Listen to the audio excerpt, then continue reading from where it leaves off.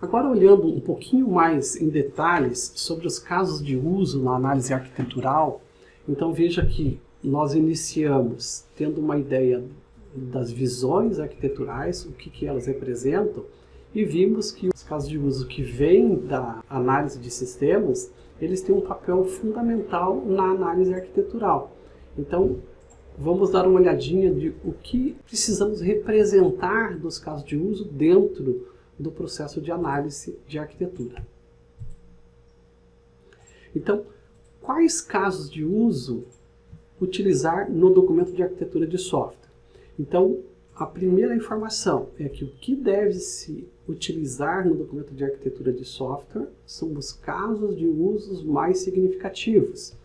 E os casos de usos mais significativos são aqueles que têm as principais funcionalidades do sistema, são os mais complexos e assim por diante. De onde eles saem? Principalmente dos cenários, dos principais cenários do sistema. Então, normalmente, para poder identificar esses casos de uso, o primeiro passo é identificar qual é o cenário onde mais se aplica este software. E aí, a partir dele, construir, então, os casos de uso que representam desafios para a arquitetura. Uma informação importante é que o documento de arquitetura de software não deve conter a especificação de casos de uso detalhados.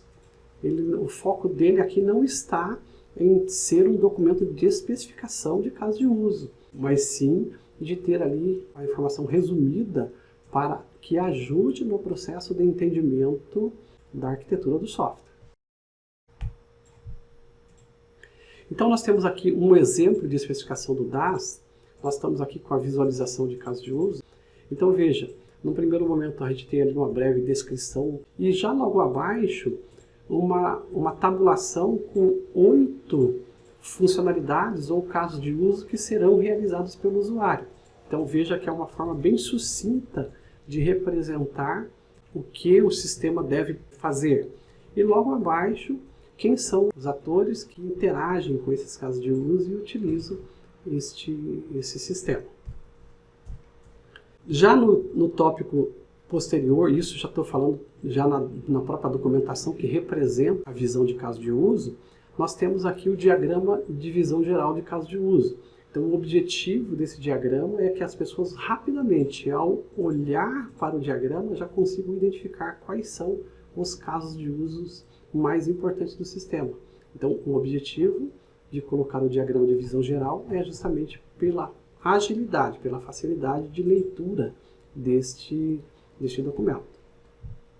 E por fim, nós temos aqui um exemplo de descrição, algumas formas aqui utilizadas para descrever cada um destes casos de uso. Então veja que é uma descrição bem breve que fala basicamente o que este caso de uso realiza, para que ele serve, né, qual o processo que ele ajuda a resolver, e já na sequência cita quem são os atores que interagem com este caso de uso para poder realizá-lo.